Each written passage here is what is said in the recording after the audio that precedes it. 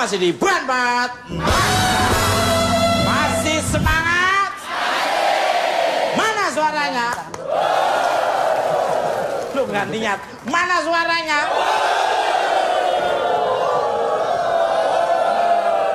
Itu jadi seperti orang sehat ya. Kalau diem itu kayak orang meriang kamu Mas.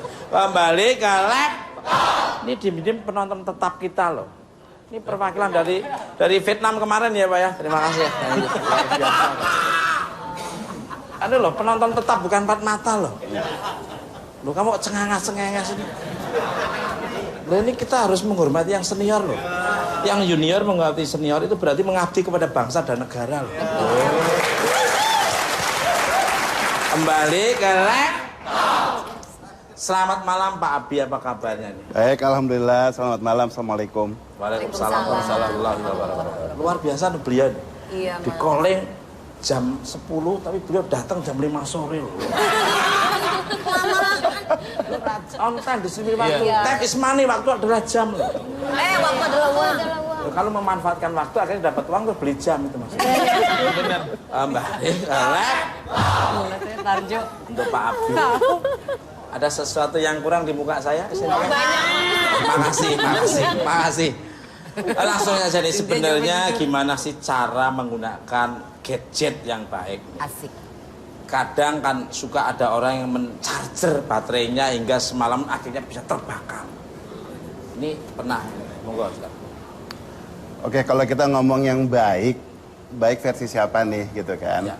Kalau versi pengguna apa versi penyedia apa yang manufaktur? Manufaktur pasti mengungkapkan bahwa yang baik itu seolah-olah dia memang aman dalam segala hal. Tetapi sebetulnya sebagai pengguna kita harus selalu berjaga-jaga bahwa suatu perangkat yang sekalipun baik pada saat manufaktur, keluar dari manufaktur, sudah dites dan sudah sampai ke tangan kita kayaknya masih bagus, keesokan harinya bisa malfungsi, bisa berbahaya, bisa rusak. Kita nggak pernah tahu gitu loh apa yang bisa kejadian di sini. Nah, jadi lebih baik kita berwaspada. Contohnya waspada yang paling mudah misalnya jangan menggunakan telepon terlalu lama. Kita telepon ngobrol terlalu lama di sini, itu perangkat itu akan semakin panas. Betul. Ya kan? Nah, semakin perangkat panas bisa komponennya kemungkinan semakin retan, berikutnya dia akan mengalami malfungsi. Proteksi misalnya yang tadinya ada anti radiasinya untuk sampai sepersekian, akhirnya jadi tambah rusak karena kitanya sendiri yang tidak menggunakannya hati-hati. Pabrikan nggak akan bilang bahwa maksimal harus digunakan berapa lama kan, enggak kan? Belum ada ya? Nggak ada, tetapi kita yang mawas diri. Kemudian dalam melakukan charging kita upayakan kalau bisa jangan ditalukan semalaman, gitu loh. Ya kalau bisa kita malah lakukan dari mulai sore hari lah. Gitu loh, sore hari jadi kita tahu sekitar setelah 3 jam, 4 jam kita cabut. Kenapa nggak boleh semalaman? Kita belum tahu bahwa baterainya ini baterai yang kualitas baik. Betul. Bisa jadi seolah-olah dia adalah ori, bagus, tapi ternyata baterainya orang Jerman bilang baterainya abal-abal gitu ya. Baterai apa? Palsu. Palsu. Nah, itu baterai kalau di charge terlalu lama dia bisa rusak. Gelembung. Iya. Nah, udah nggak hanya gelembung, dan gelembung itu adalah efek dasar. Efek dasar keberlanjutan dari gelembung belum. Yang kalau ada kita pernah ketahui itu karena dari efek baterainya yang kurang baik. Kemudian dari chargernya, charger itu kalau komponen waktu jacknya atau colokan masuk ke, jangan dilihat ininya Mas, tak ganti deh. Aku lihat cara nyoloknya. Oh cara nyoloknya, ya. Kalau misalnya kita masukkan gitu ya ke dalam di situ, ternyata ini perangkatnya kurang baik, lama-lama dia kendor. Nah saat dia mulai kendor, kemudian dia akan menimbulkan percikan listrik, akhirnya panas juga, ya rusak. Bisa konslet juga tuh. Bisa korslet, udah pasti. Kemudian jangan, kalau bisa kita bisa masih pakai speaker, pakai speaker saja. Jangan terlalu lama. Ya, pakai handsfree boleh, pakai bluetooth nggak apa-apa. Ya, kemudian ya kalau kita masih pakai earpiece, kita colok di situ juga nggak apa-apa. Itu masih jauh lebih baik daripada langsung. Ya, tentu di sini saya masih mengatakan ini dalam hal generik. Kita nggak bisa bilang bahwa beberapa ponsel nggak apa-apa. Iya, merek-merek tertentu nggak apa-apa. Tapi kita kan ketahui bahwa di masyarakat ada banyak merek-merek yang buatan negeri panda, yang di situ yang perangkatnya sangat murah dan kemudian ya kualitasnya kita nggak pernah tahu. Nah, untuk berjaga-jaganya ya kayak gitu kita nggak pernah tahu kan, gitu loh. Itu ya beberapa lah Sebenarnya kalau diceritakan bisa sampai belasan, akhirnya bisa Pas sampai saya jam tunggu 3 sampai malam. tahunan juga saya tunggu. Tepuk tangan, luar biasa. Jadi sebetulnya lebih bagusnya tuh maksimalnya tuh kalau nelpon berapa menit? Maksimalnya yang Saya nggak bisa bilang maksimalnya dalam arti begini, ada orang yang menelpon, aman ada. dia menelpon sebenarnya 10 menit dia tutup lagi, tapi kemudian menelpon lagi 10 menit, beberapa dengan jeda ya. Itu masih dengan seringnya itu masih lebih baik karena pada saat dia tidak menelpon semakin mereda lagi. Ya. Tapi jangan salah juga, ada saya boleh tambahkan ya. Ya, boleh, Kita boleh. misalnya menyimpan ponsel itu di dalam saku. Ya. Ya kita anggap itu aman dan orang bilang ada yang kemudian jadi tidak baik gitu ya secara radiasi bahkan secara kesehatan. Saya bukan dokter jadi nggak mengarah kepada kesehatan, Ya, tetapi bahwa saat dimasukkan dalam saku, upaya si ponsel itu untuk meraih, untuk mendapat jangkauan sinyal semakin kerja keras. Karena dia ketutup, apalagi kalau celananya sedikit yang lebih rapat sehingga yang susah dia mendapatkan sinyal. Sehingga si alat ini kerja keras. Saya seolah-olah anak kehilangan ibunya kan pasti si anak teriak mama, mama. Nah ini dia akan kencang. Pada saat terjadi koneksi baru dia kemudian slowing down. Ya, begitu pula saat kita di dalam ruangan yang tertutup, nggak ada sinyal. Ini akan semakin kencang lagi gitu loh. bagusnya taruh kepala gini ya. Lebih tinggi dong. Belum tentu kita taruh kepala, sebetulnya asal kita taruh di bawah meja di mana yang penting ada gelombang sinyalnya, tidak tertutup, itu sudah cukup baik gitu loh. Luar biasa. Nah ini ya. Jadi jangan disalahkan forwardernya, antenanya nggak bagus, cara naruhmu. Takut ketahuan sih kalau barang baru sih. Mas, Silakan. Mas mau tanya ya Mas ya. Ya. Tadi, nah itu kan kalau yang ditaruh di saku itu kan soal signal. Kalau soal dampaknya ke kesehatan sendiri bagaimana Pak? Apakah ada? Sudah ditemukan atau belum? Sejauh ini kan dibilang dari pihak kedokteran bahwa dibilang ya hal itu bisa menimbulkan kanker dan lain sebagainya. Saya belum melangkahi pihak kedokteran, pihak medis, tapi juga saya dari pihak telematika gitu kan. Kita juga jangan langsung semuanya menyalahkan kepada perangkat selular. Apabila ada seseorang yang dituduh dia misalnya mengakibatkan mengalami kanker, apakah betul kanker tersebut hanya dari perangkatnya? Cara hidupnya bagaimana? Kemudian makannya, asupannya seperti apa? Dia merokok atau tidak dan berbagai banyak hal-hal yang lain yang juga berpengaruh untuk mengakibatkan kanker. Jadi ponsel itu bukan sebagai penyebab utama gitu loh. Luar biasa ya. Kanker itu namanya kalau konsumtif. Kanker kantong kering macam-macam. Beli yang aneh-aneh, beli yang cukup, yang sederhana, yang 300-an udah, yang penting fungsinya bisa macam-macam, pakai tablet yang 2 meter gitu. Mencetnya nggak pakai tangan, Pak. Kembali ke lab. Macam-macam aja konsumtif. Keinginan menuruti keinginan nggak pernah habis, kebutuhan yang diutamakan. Ya kalau dia perlu Mas. Perlu ya sewajarnya. Wong dia cuma badut kok. Tinggal ditempel di pohon-pohon, hubungi. Ya kan biar lebih memperluas jaringan pakai sosial Tiap media. pohon ditempel kan sama aja, nanti hubungi. Pemirsa, banyak yang bilang kalau gadget itu berbahaya bila digunakan tidak pada tempatnya. Yuk kita lihat di cuplikannya ya. Monggo.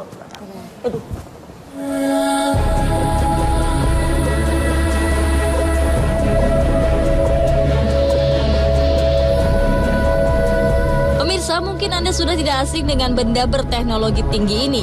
Mulai dari handphone, tablet, atau PC. Manfaatnya pun beragam. Untuk berkomunikasi, mendengarkan lagu, atau hanya bermain games. Tak hanya orang dewasa, anak di bawah umur pun mulai berlomba-lomba memainkan alat canggih ini.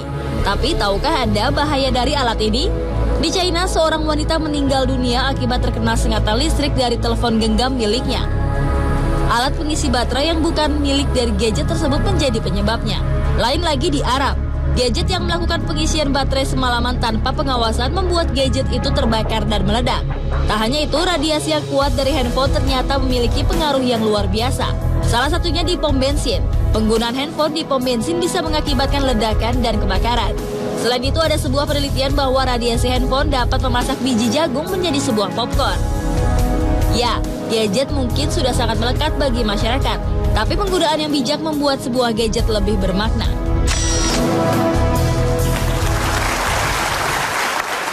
Serem ya. Pak Abimanyu, itu betul apa enggak itu? Yang kalau kita menggunakan gadget itu yang tadi jadi akan panas kalau kita bawa tidur segala itu jelas karena sinyal dia kan semakin sulit ya. Kita taruh di dalam bantal sama seperti Halid cerita tadi di dalam kantong, ya kan.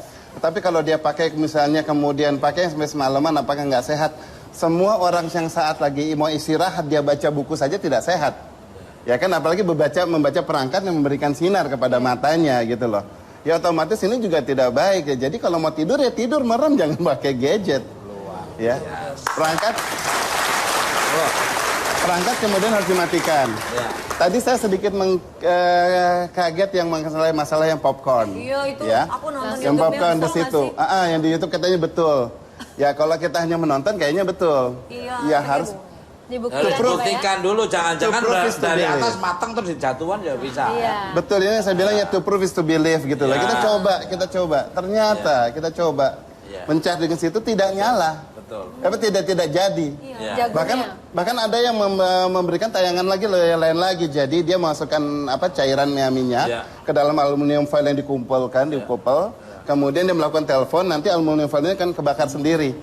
Ini juga nggak masuk akal karena apa? Si aluminium foil itu kalau kita bongkar dia nggak pernah kasih tahu sebelum diremet-remet dalamnya diisi apa. Iya kan? Ya. Nah yang mengenai yang tadi ada tayangan pom bensin, maaf saya juga sudah menonton itu. Ada hal yang mencurigakan dari tayangan tersebut. Pertama seorang petugas, SOP-nya petugas dalam dia melakukan pemeriksaan dan kemudian pengisian tidak boleh membawa perangkat itu. Kalau dia sudah melakukan sudah mulai menyalahi satu. Yang kedua, kameranya itu kalau kita teliti sekali lagi, mungkin nggak harus diputar ulang, silahkan cari di YouTube, perhatikan. Itu bukan kamera CCTV. Kalau kamera CCTV pasti ada di timestamp-nya, kemudian ada informasi ini diambil dari kamera nomor berapa. Tapi kalau hanya kemudian layar begitu saja, jadi pertanyaan, ini sebetulnya siapa yang membuat ini gitu loh. Ini film Armageddon itu ya. Bukan, saya nggak tahu juga tujuannya untuk apa gitu ya. Dan kalau kita sengaja dibuat ya Pak ya itu sepertinya. Saya belum berani terlalu mendalam sampai sejauh mana, tapi saya cukup menggunakan logika tadi. Selang yang digunakan untuk nanti mengisi ada selang di sana. Selang tersebut kosong loh, harusnya tidak ada gas. Di sana, tetapi saat ini kebakar, kemudian selang ini kemudian menyembur. Berarti tidak mungkin dia menyembur. Dan hal yang terakhir kita lihat truk yang digunakan untuk mengisi itu truk besar, tangki besar. Apabila eksplosif, nggak hanya seperti itu ledakannya. Jauh lebih gede semuanya. Untuk membuktikan nanti timis setukul jalan-jalan. Beda mas, ini nggak horor. Kembali ke lab. Mas, aku mau tanya. Boleh silakan. Pak Abimanyu, kalau seandainya sekarang berarti yang membahayakan tuh radiasinya ya. Nah, apa ada handphone tertentu yang memang sebenarnya pengaruh radiasinya tinggi itu dari apanya sih Pak? Oke, kalau kita bicara sekarang dari wattnya dulu tenaganya ya, GSM itu diciptakan oleh ada standarnya dari ETSI. European Telecommunication Standard Institute. Nah, di situ sudah ditentukan bahwa perangkat ini sinyalnya itu 1 watt. Dari perangkat yang 1 watt itu apa sih yang bisa kita anggapkan suatu bahaya apa gitu loh, satu radiasi. Nah, kalau kita bicara radiasi itu adalah suatu energi yang berpindah dari satu sumber kepada media yang lain, bisa lewat udara maupun lewat perangkat yang sudah tertutup. Radiasi tersebut hanya ada sinar, panas, dan suara.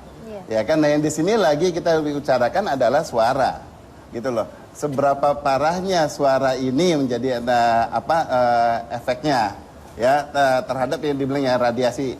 Nah radiasi itu tadi pada saat kita kehilangan sinyal, si perangkatnya kehilangan sinyal, maka dia akan teriak, ya kan? Nah saat dia teriak kita masih taruh di kuping, otomatis kita juga tidak tahu daya tahan manusia. Saya tidak bisa bilang bahwa itu tidak bahaya. Karena setiap manusia kan berlain-lainan ya. Betul. Ada yang merokok sampai malam, sampai tua jadi nggak apa-apa. Tapi ada yang merokok baru cuma sebentar, udah sakit. Atau ada yang begadang nggak apa-apa sampai seharian, tapi ada yang baru sampai jam 12, besokannya sudah lemah. Kan beda daya terima orang. Nah. Ini bermanfaat ya. Ini tontonan bukan mata inspiring for the others. Audience. Jadi bermacam-macam bintang tamu diambil sisi-sisi positifnya. Yang negatif-negatifnya nggak perlu diambil. Nah, untuk Pak Abi nih. Nah, kan kita tahu kalau ada larangan untuk menggunakan telepon di pesawat. Emang apa dampaknya kalau kita bendel nih Pak? Oh, maaf, kita bandel. Ada saya sebut ya. biar nyusul kakaknya terkenal. Nah, Amin. Secara singkat aja nih Pak, monggo Pak. Dasarnya kalau orang menggunakan seluler itu kan agar mudah dihubungi dan menghubungi. Kalau dia di pesawat, otomatis dia pengennya pada saat mulai sampai dia menyalakan. Ya, nah dia otomatis baru di dalamnya belum sampai di terminal, dia sudah menyalakan. Itu dikhawatirkan merusak, tetapi tidak real merusak loh.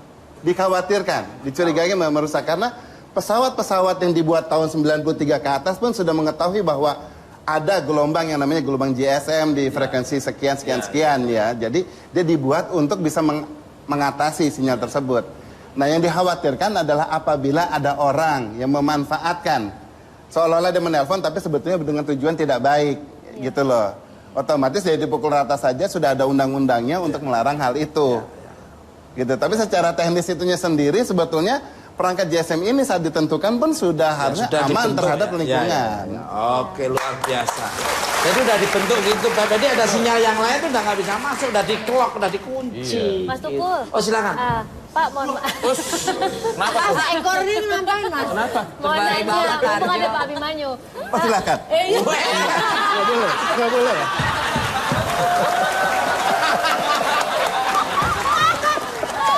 Luar biasa ya. 9 tahun. Ternyata Pak Abimanyu seleranya sama. Mas, kami 9 tahun bukan 4 mata baru kali ini loh ada yang ngikutin juga Mas. Loh, nggak apa-apa. Mbak, Iya. ini baru sense of humornya tuh orang yang cerdas Ini itu ya. sering bercanda. Bener-bener. Maaf ya, kamu harus banyak bercanda ya. Iya, lagi. iya. Tapi begini, ini ada berita untungnya sih bukan di negara kita. Jadi di negara luar itu sudah diberlakukan bahwa tiap memasuki satu bank itu tidak boleh telepon, tidak boleh melakukan komunikasi. Bank? Nah itu iya di bank. Jadi ada satu negara yang sudah diberlakukan hal itu Pak. Nah itu sebenarnya kaitannya apa ya dengan radiasi itu? Wah, pertanyaannya ini harus Pepi yang jawab nih. Pasti, gue mah pasti bingung jawabnya. Monggo Pak. Nah, kalau kita bicara larangan yang disifat perbankan dan kemudian anggap perbankan dan airport itu juga sama ya, selalu dikhawatirkan ada upaya-upaya negatif terhadap sistem yang di sana berdasarkan menggunakan perangkat selulernya. Tetapi sebetulnya melarang itu adalah teknologi dulu kalau untuk melarang. Sekarang ada perangkat jammer kok, daripada dilarang-larang nyalakan saja jammer. Ya itu perangkat itu jammer itu adalah satu perangkat. Pak, mungkin Mas Tukul nggak akan ngerti yang itu aja Pak. Yang Tapi dari gerakan bahasa tubuhnya saya. Jammer. Kira-kira ya. Jammer apa Mas? Alah, jammer ini harus bangsa marmer sama saya. Itu Iya Pak. Jammer itu adalah perangkat untuk memblokir adanya komunikasi. Gitu loh. Jadi memang Itu hilang ya? tiba-tiba nggak ada jaringan ya, no service gitu. jadi seolah-olah no service. Jadi semua sinyal yang masuk dikacaukan dengan perangkat ini. Tapi saat kita sudah keluar, ya Balik lagi. itu otomatis normal. Jadi dia hanya menghalangi. Nah, daripada menghalangi melarang customernya untuk tidak menggunakan, lebih baik gunakan jammer. Jammer. Sama halnya sekarang kayak di pesawat pramugari kan selalu mengingatkan kita, tolong matikan. Apakah yakin semua penumpang mematikan? Apa yang ada mungkin ada yang hanya bikin silent saja tapi tetap perangkatnya nyala. Kita tidak pernah ketahui, harusnya dimatikan, gitu loh. Nah, otomatis dengan perangkat jammer ini kalau bisa dilakukan ya kenapa tidak? Betul. Luar biasa, enak ya. Nah, mari kita bikin jammer supaya kita bisa menolak ya sinyal-sinyal dari orang lain. Nggak bisa Kalau nelpon dong. ada yang mau ditanya mungkin? Kalau belum ada ini, Enggak. durasi sudah 19 menit Mas. Kita komik yuk Mas, udah dikode. Iya, dibaca lagi Mari beliau. makanya tuh antri. Oke, Misa, clue yang keempat nih. 3 Mas. Ya maksudnya habis 3 tuh 4. Iya, ngeles. Clue yang ketiga. Ya silakan olah. Oke. Pemirsa, clue ketiga adalah benda ini bisa dibuka, bisa ditutup. Ya, yang pertama apa tadi? Ular. Berwarna. Bisa dibuka, bisa ditutup. Bisa dibuka, bisa ditutup. Rel kereta kali. Ini apa? Brick apa? Laptop? Hah? Apa? Brick. Jangan kemana-mana, tetap juga, Dad. Mas.